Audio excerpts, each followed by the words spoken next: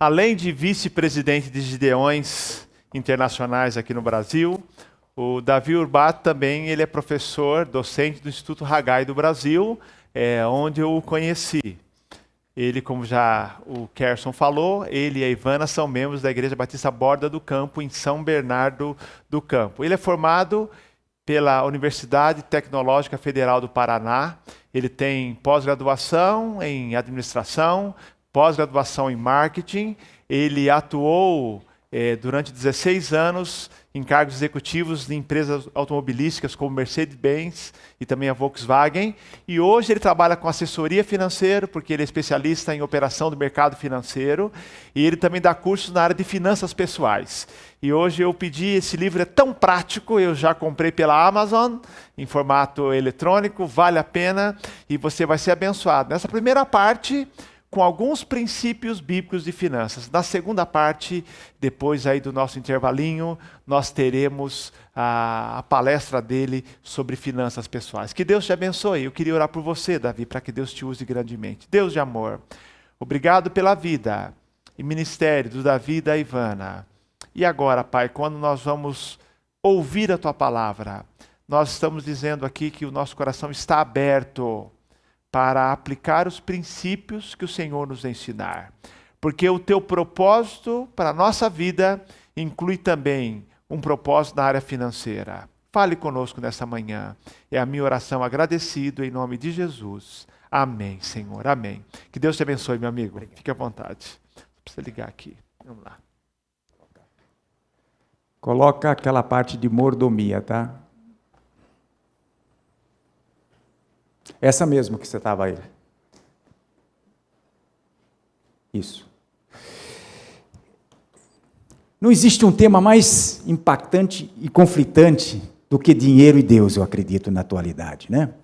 É interessante que a Bíblia, que foi escrita muitos anos atrás, trata desse assunto. Conforme os especialistas, né?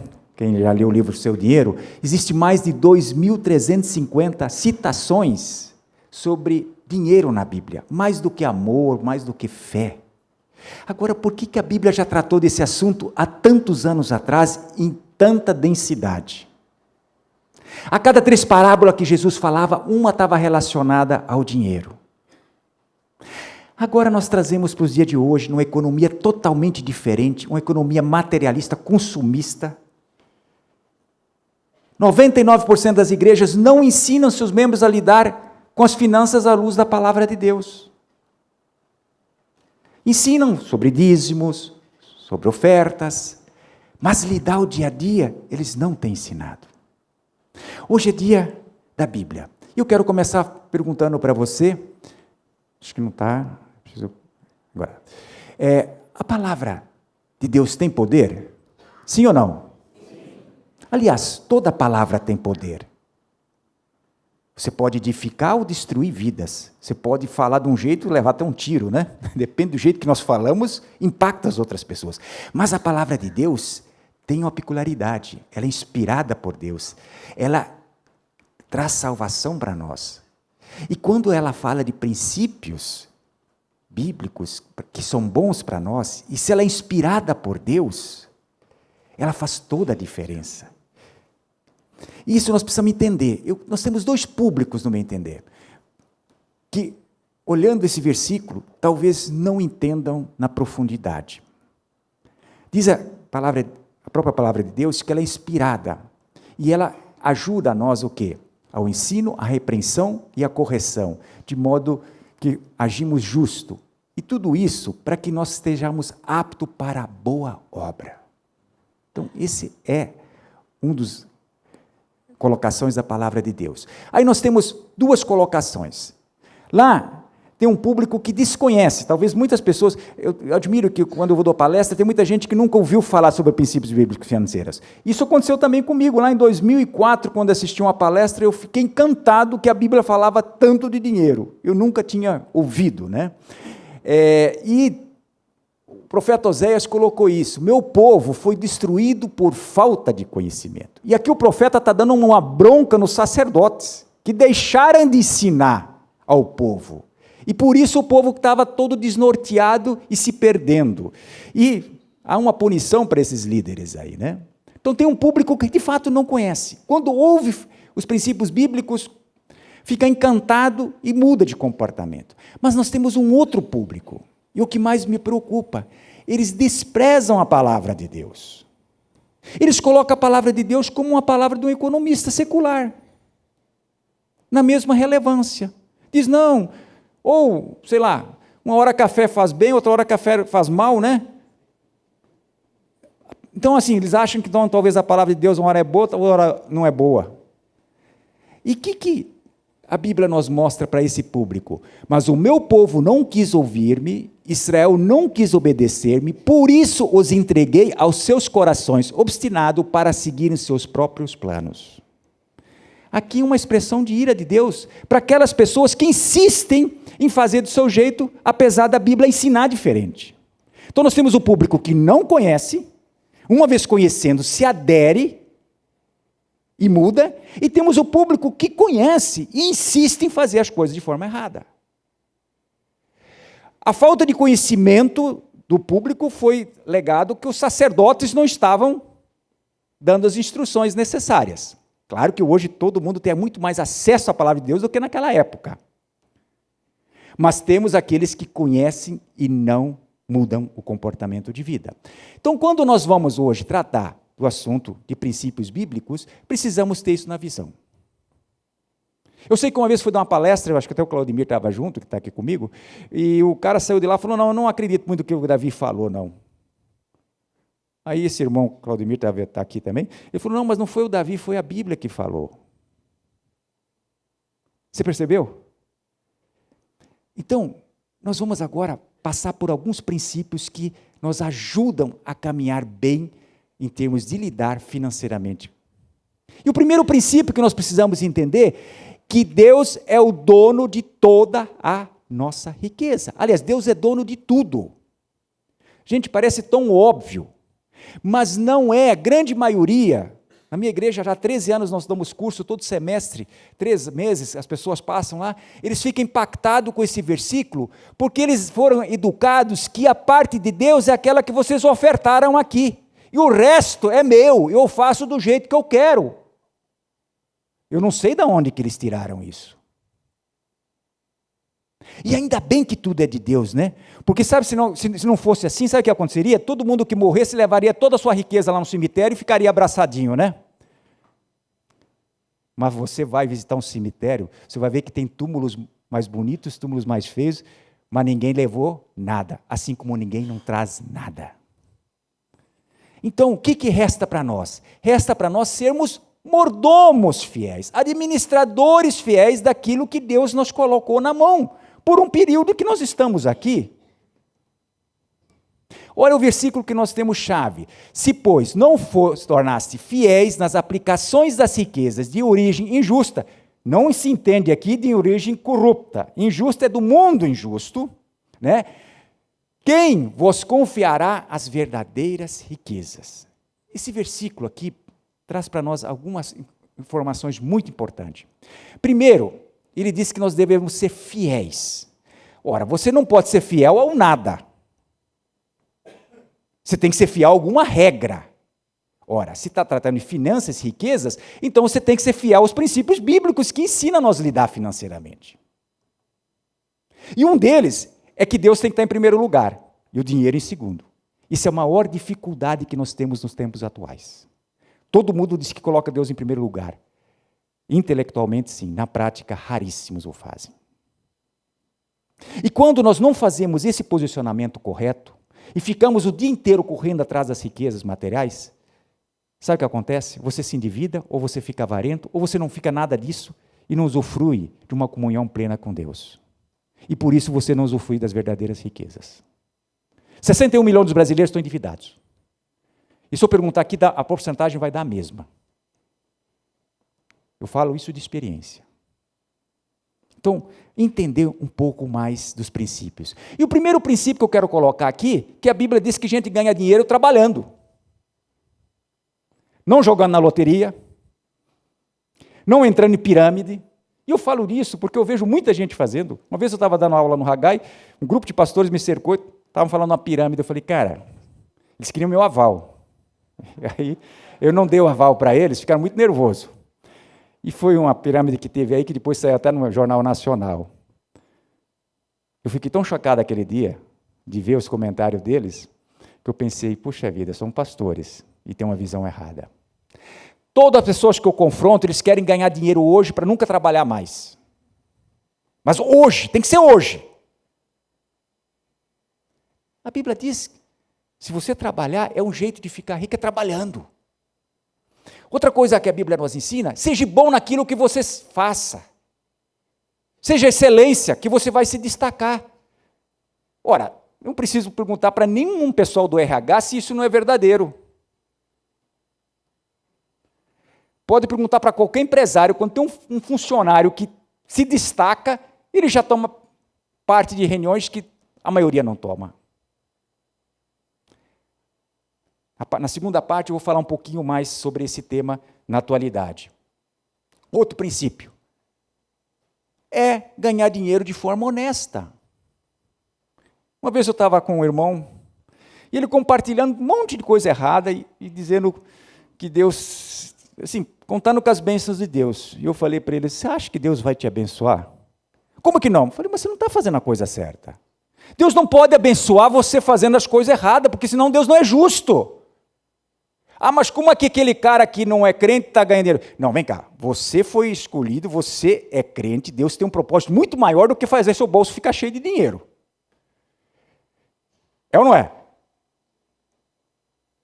Então, não vai pensar, a não ser que você não está mais na graça e na misericórdia de Deus. Mas se você estiver embaixo disso, Deus não vai deixar você ficar rico desonesto.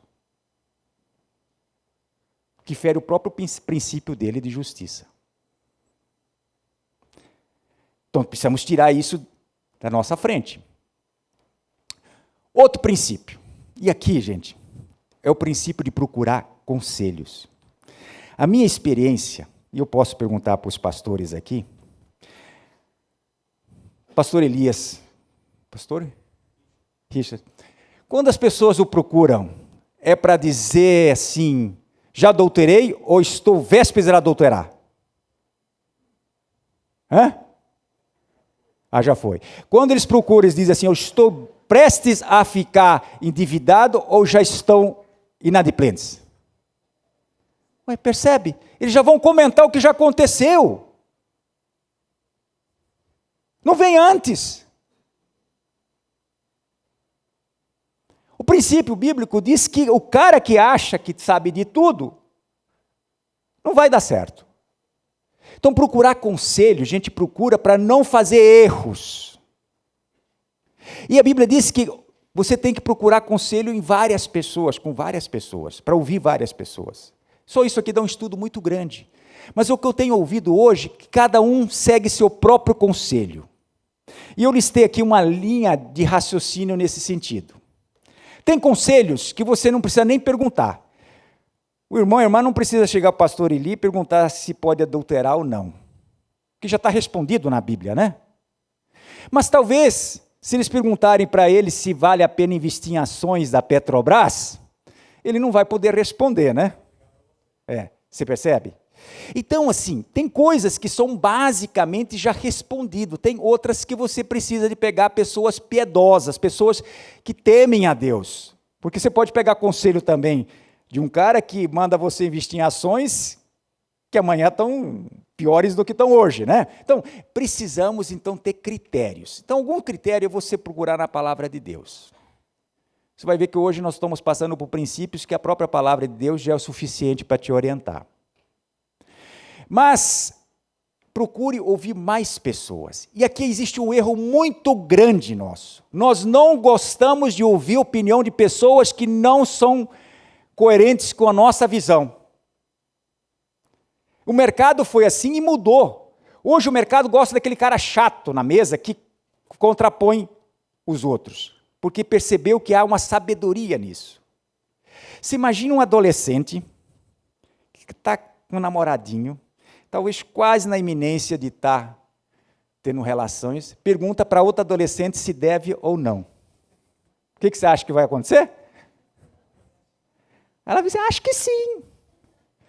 Se ela perguntar para o pai dela, talvez a resposta seja diferente, né? Para o pastor. Então, aí você dá risada da adolescente. Agora, quantas vezes nós não fazemos a mesma coisa? E a gente diz, não, ele vai gorar nosso projeto. Não pergunta. Você tem que perguntar, ouvir quando você vai tomar decisões, sua esposa, às vezes seus pais, seu pastor. Buscar com as pessoas piedosas. E várias pessoas. Isso não quer dizer que você vai seguir todo mundo, você vai orar. Mas aquilo vai amadurecendo um caminhar. E quando o assunto é mais específico, o que uma empresa faz? Ela procura uma consultoria, não procura quando ela não tem conhecimento? Muito bem, vamos entrar na área de finanças. Poxa, Davi, eu não entendo nada de finanças. Bom, você pode se especializar no mercado financeiro ou pode comprar uma consultoria para te ajudar.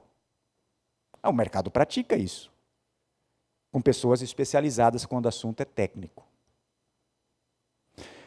Isso evitaria muito erro. Eu tenho vivido nesses anos pessoas que não fazem isso, gente, cometem erros terríveis, às vezes erros que não têm mais retorno. Estive essa semana, final de semana em Cuiabá, uma pessoa muito simples, não é crente, eu tentei evangelizar ele quebrou financeiramente tudo tal. Ele falou, Davi, minha esposa toda hora fala daquela coisa que você falou para nós na área, e nós desobedecemos aquele princípio. Mas talvez seja tarde para uma recuperação. Então, assim, a Bíblia nos orienta nisso. Outro princípio que pouco praticamos é o planejar. Não sei, talvez culturalmente nós não temos isso muito no Brasil.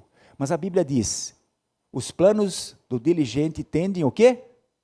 Abundância. Mas a pressa excessiva, a pobreza. Planejar não é ser chato consigo mesmo. É estabelecer alvos ao longo do prazo. Estabelecer metas. Ou você planeja a aquisição de um apartamento, de um carro. Depois, na segunda parte, eu vou mostrar um planejamento aí mais detalhado. Então, assim, ele não é uma coisa fixa. Quando você estabelece a estratégia, talvez no meio do caminho surgem várias coisas que você precisa se adaptar. Mas ele é uma bússola que vai te orientar, que vai fazer você parar. Tem gente que compra carro que nem compra pizza. Errou na pizza, tudo bem, pode dar uma dor de barriga, né? Mas errou no carro, talvez perca a esposa. Você percebeu? Então, precisamos ter isso muito bem dentro de nós. Os ricos planejam geralmente. E os pobres planejam pouco, estatisticamente falando. Outro princípio que a Bíblia nos diz é que você que tem dívida é escravo daquele que te emprestou.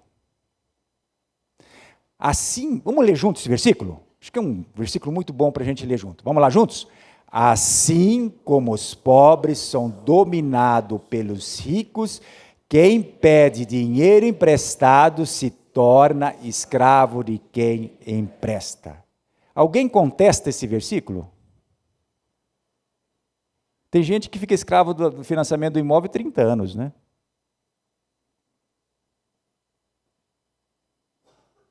Aí tem gente que fala, Davi, mas não dá para fazer nada disso se não dividir. Vamos falar um pouquinho mais disso. Mas a única dívida que a Bíblia admite para nós é essa, o amor. Por mais que você ame, você vai ficar sempre devedor. O resto a Bíblia desencoraja a gente totalmente a ter dívidas, porque ela nos escraviza. Um erro muito grande que eu vejo, as pessoas serem fiadoras. Emprestam o nome. E sabe o que eu fiquei mais impactado? Quando eu vi uma pesquisa recente que disse que de cada 10 brasileiros que você pergunta se dá para emprestar nome, 4 topam emprestar o nome. Nós somos uma cultura extremamente generosa para oferecer o nome. Depois nós brigamos com todo mundo. Inclusive na igreja. Não pode pegar meu nome aqui para eu vou ser seu fiador lá do aluguel. Aí o irmão não paga o aluguel, o cara fica nervoso. Mas por quê? Não vou mais ter comunhão. Não. Está escrito no versículo: não seja como aqueles que com um aperto de mãos empenham-se com os outros, se tornam fiadores de dívidas, se você não tem como pagá-las, por que correr o risco de perder até a cama em que dorme? Meu irmão, você pode ser fiador de qualquer coisa, mas se ele não pagar, assuma sem nenhum problema. Ah, mas eu não tenho de condições de assumir. Ah, se você não tem de condições de assumir, então não seja fiador. Simples. Só esse princípio aqui evitaria muitas contendas nas igrejas. E eu não estou falando só de aluguel, estou falando de emprestar nome para abrir empresa, para abrir crédito, para abrir qualquer coisa. Estou falando também você emprestar dinheiro para familiares. Quem já não emprestou dinheiro para familiares e amigos e não recebeu? E aí sabe o que eu falo? Não empresta dinheiro para amigo nem para familiares nunca. Dê para eles o dinheiro. Vai acabar com muito conflito. E se ele pedir 5 mil, você dá 500 para ele. E se ele dizer assim, não, mas eu preciso que você me empresta 5. Eu não empresto, eu estou te dando 500. Arruma mais 10. Isso você resolve o seu problema.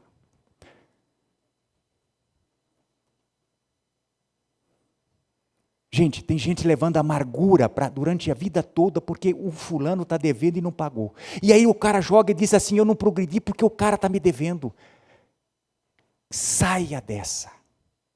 Se você está numa situação dessa hoje, ore e liga para o cara e diz, não precisa mais me pagar.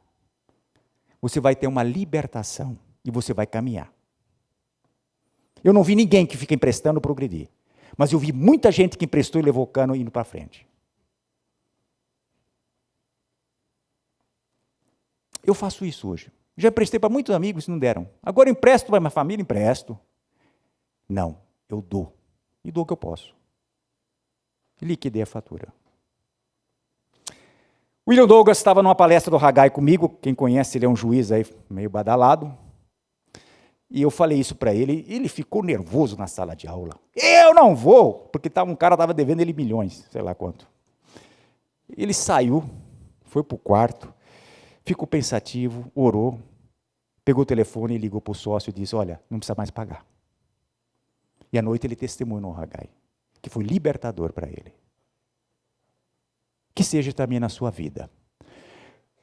Eu falo isso de prática, a Ivana sabe disso, nós ajudamos uma família, fui até padrinho de casamento. Se eu fosse colocar na correção, hoje, ele me deve mais que 2 milhões.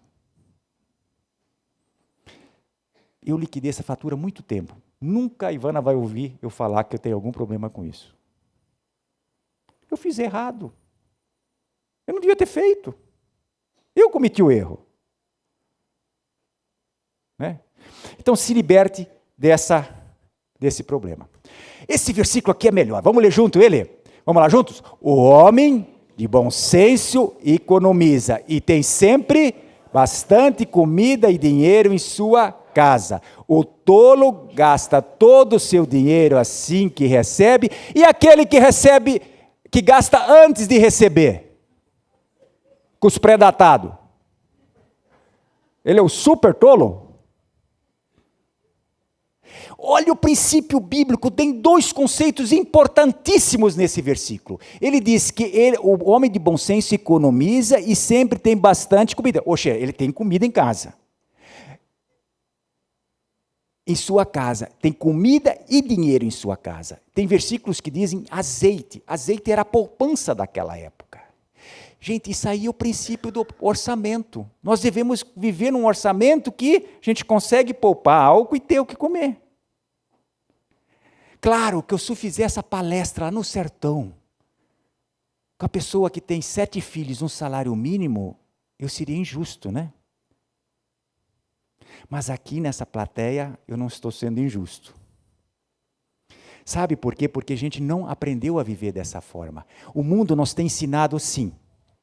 Você tem que viver seu estilo de vida, você merece, cara, você trabalhou o dia inteiro. Você é o cara. Você merece roupa de grife, você merece um carro bom, e todo mundo coloca isso em você, e você diz, nossa, eu sou o cara mesmo, sou mesmo. Aí, dívida, quem não tem dívida? Não é isso que falam? Você não Dividir não compra nada. 61 milhões de brasileiros inadimplentes que entraram nesse discurso. Economia, tá, se sobrar, guarda um pouquinho aí. Contribuição, agora no Natal, criança esperança, coloca lá um trocadinho. É isso aí, esse é o princípio secular. Agora, o que a Bíblia nos ensina? Primeiro lugar que a Bíblia nos ensina, contribuir, dar as primícias para o Senhor. Esse é o princípio. Em atitude de gratidão. E, gente, a cara pode estar endividado quanto for, eu mando ele contribuir sim. Porque ele vai se libertar. Claro que ele não vai dar o dízimo, mas vai fazer uma oferta de gratidão no processo. Segundo, o versículo que nos diz que devemos o quê? Economizar. Não devemos gastar. Então, contribui, depois guarda um pouco, e depois o que você faz? Adapta seu estilo de vida. E dívida você não deve ter. Isso é o padrão bíblico. Se você estruturar mentalmente isso desde o início, veja bem, o governo nos força para pagar o imposto, não tira de nós, gente? Bom, se a gente já oferta para a igreja, tá bom. Então nós também temos que separar uma parte para nós mesmos, para o nosso planejamento. Se a gente consegue começar com essa estrutura a trabalhar, fica muito mais fácil o planejamento durante a vida toda. Acontece que nós não pensamos assim, eu vou abordar um pouco mais esse assunto depois, porque a gente tenta sempre investir quando sobra. E a Bíblia diz, tendo sustento e o que? Vestir, estejamos contentes. O mundo nos faz ficar descontente o tempo todo. Gente, uma vez eu encontrei um grande cara, bem rico, e ele falou, Davi, já fui bem pobre. A verdade é o seguinte, para viver a gente não precisa muita coisa, mas para manter o ego, precisamos de muita grana. Então, a Bíblia nos manda viver o contentamento, que é diferente que a estagnação. Porque senão a gente vai dizer assim, tá bom, Davi, você está dizendo que aquele cara que está na favela lá, que ele fique contente naquele estado? Não é isso que eu estou dizendo. Eu estou dizendo que se você tem uma crise econômica e precisa baixar o padrão, abaixe. Que sua alegria não pode estar nas riquezas e sim em Deus. Paulo disse, né, que aprendeu a viver na fartura e na escassez. E ele fez isso, né, com o poder do alto. Então nós precisamos aprender a viver contente, gente. Tem gente que reclama quando tem, reclama quando não tem. Não consegue se adequar a nada. Eu fiz um movimento profissionalmente muito forte. A gente tinha que fazer toda uma adequação. Trabalhei como executivo fora do Brasil. Quando eu entrei para a minha carreira, eu tive que mudar totalmente o meu planejamento financeiro, até me estruturar de novo. Eu tive que me desfazer de coisas e tive que aprender o contentamento de novo. Vamos falar um pouco mais disso. No mundo de hoje, nós vamos precisar aprender muito isso, se a gente quiser ter sucesso. Outro princípio. A Bíblia diz que a gente tem que ir lá aprender com as formigas. Com a formiga a gente aprende um monte de coisa. Inclusive, se você não cuidar, você toma uma ferrada dela. Mas tem muita gente que usa ela para trabalho em equipe, coisa desse tipo. Mas eu gosto de usar o princípio, o que a formiga faz? O que a formiga faz? Ela, no verão, ela colhe pro inverno. Esse é o princípio financeiro. Todos nós vamos ter inverno, temos inverno na nossa vida. Temos um inverno de ciclos econômicos pelo que o Brasil passou, perdendo emprego. Temos o inverno de ficarmos doentes e não temos renda. Podemos ter outros invernos cíclicos, mas nós temos um inverno maior, que é quando a gente se aposenta. Como é que eu vou viver depois de aposentado? Como é que eu vou viver num mundo tão vulnerável, com tantas mudanças? Vamos abordar um pouquinho mais disso, o amanhã. Mais que nunca, a mensagem de, no verão, ou seja, na época que você ganha dinheiro, ter um bom planejamento para a outra parte da sua vida. E eu coloco aqui necessidade, sem pensar em riqueza. Qualquer um de nós precisa ter um dinheiro para emergência. Se você é uma pessoa que tem trabalho mais tradicional, talvez 6 meses, 8 meses, ou 1 ano seria o suficiente para você ter de reserva, se você ficar desempregado. Se você tem um cargo mais elevado, talvez você demora 2 anos para se recolocar. Talvez você precisaria ter reserva para 2 anos financeiramente. Então eu chamo isso de emergência. Outro cofre que você precisa ter é da aquisição. Eu nunca comprei imóvel financiado. E sabe, eu trabalho com investidor, todo dia eu pergunto se ele comprou ou não. Mas por que ele não compra financiado? Porque ele planejou. Ah, Davi, mas é difícil hoje. Pode ser mais difícil, mas quem sabe se você dá uma boa entrada, você não faz o melhor negócio. Quem sabe se você não comprar um carro à vista. Então, um cofre para você planejar suas aquisições. E outro que você já tem que começar a planejar, que eu brinquei com a filha do pastor Eli, do planejamento financeiro, ela já tem que pensar agora na aposentadoria. Nós vamos ver quantos anos essa geração vai viver. E é aí a importância disso. Então, só cofres de necessidade. Não coloquei nenhum cofre aqui para você ficar numa boa sem fazer nada. Outro princípio bíblico. O dinheiro é uma das raízes de todos os males. Então, amar o dinheiro nós não podemos. Você pode ser escravo das dívidas, você pode ser escravo da avareza. Toda avareza é uma idolatria. E uma idolatria se opõe ao Deus. Ele é um outro Deus. E Deus não admite dividir sua glória. É um princípio bíblico. Deus não, é o seguinte, vamos dividir com o dinheiro? Não, não vamos dividir com o dinheiro. Ou você me ama, ou ama o dinheiro. O pastor Eli acabou lendo aqui para nós hoje. Onde está o nosso tesouro? Lá está o nosso coração.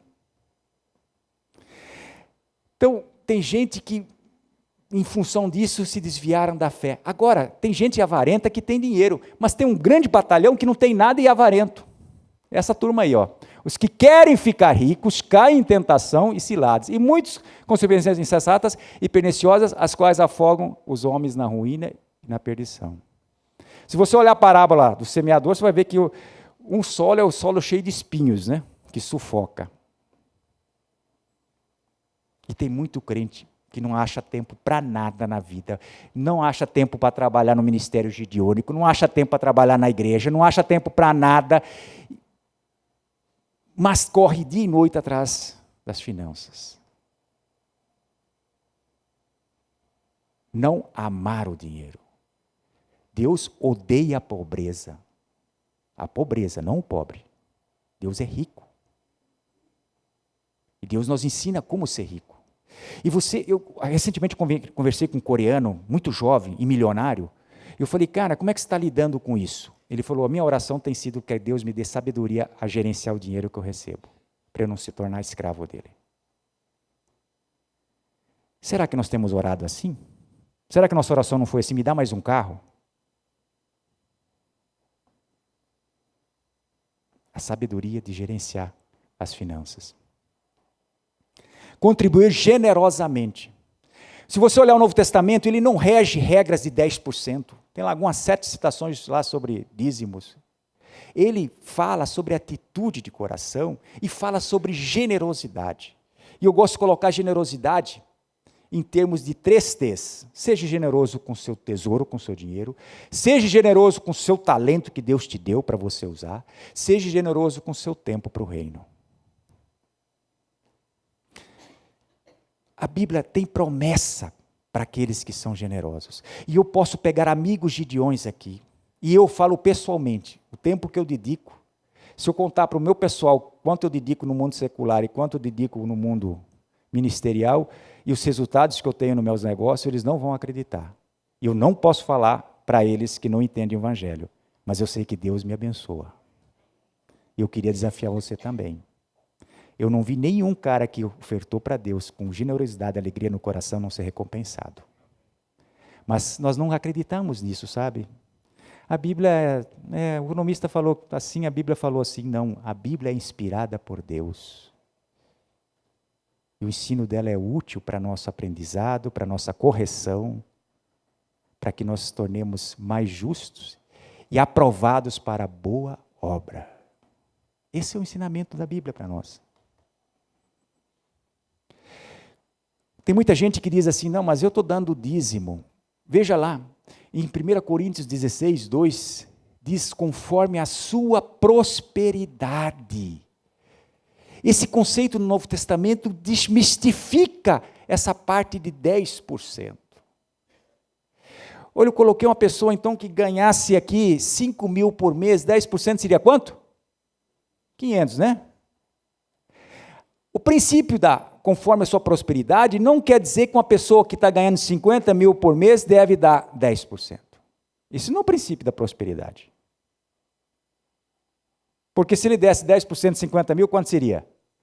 5 mil. O princípio da prosperidade é o seguinte: se você ganha mais, você dá mais. Ora, quem paga imposto de renda aqui? Quem ganha mais paga menos? Não, equidade, se chama equidade. Cada faixa na sua faixa. E tem igreja que não ensina isso para seus membros. Sabe o que o cara faz? Ele pega aqui, está ganhando 50 mil, e ele dá aqui para o pastor, aqui na igreja, então ele dá 5 mil, quando ele poderia talvez dar 15 mil. Mas ele vai no cultão da Universal na segunda-feira e solta o checão lá. E sabe por que eu estou falando isso? Porque a Universal fez uma pesquisa e descobriu que 60% das ofertas que eles levantam são de membros de outras igrejas tradicionais. Porque nós ensinamos 10% para o cara, talvez só. E o princípio é conforme a sua prosperidade.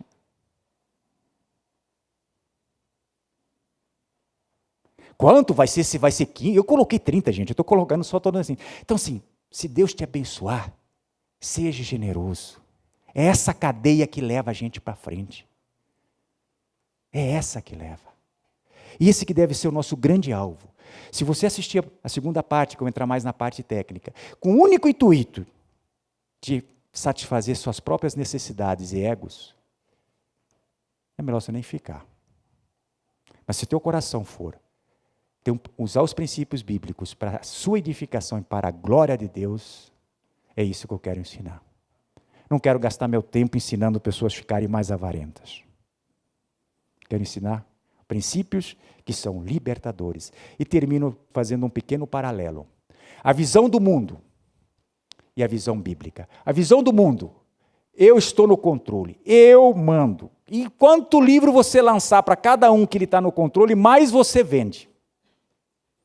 A visão da Bíblia, Deus é soberano, Deus está no controle. A visão do mundo, eu quero ser servido. Afinal de contas, eu mereço. A visão bíblica, eu sou mordomo fiel, nada me pertence.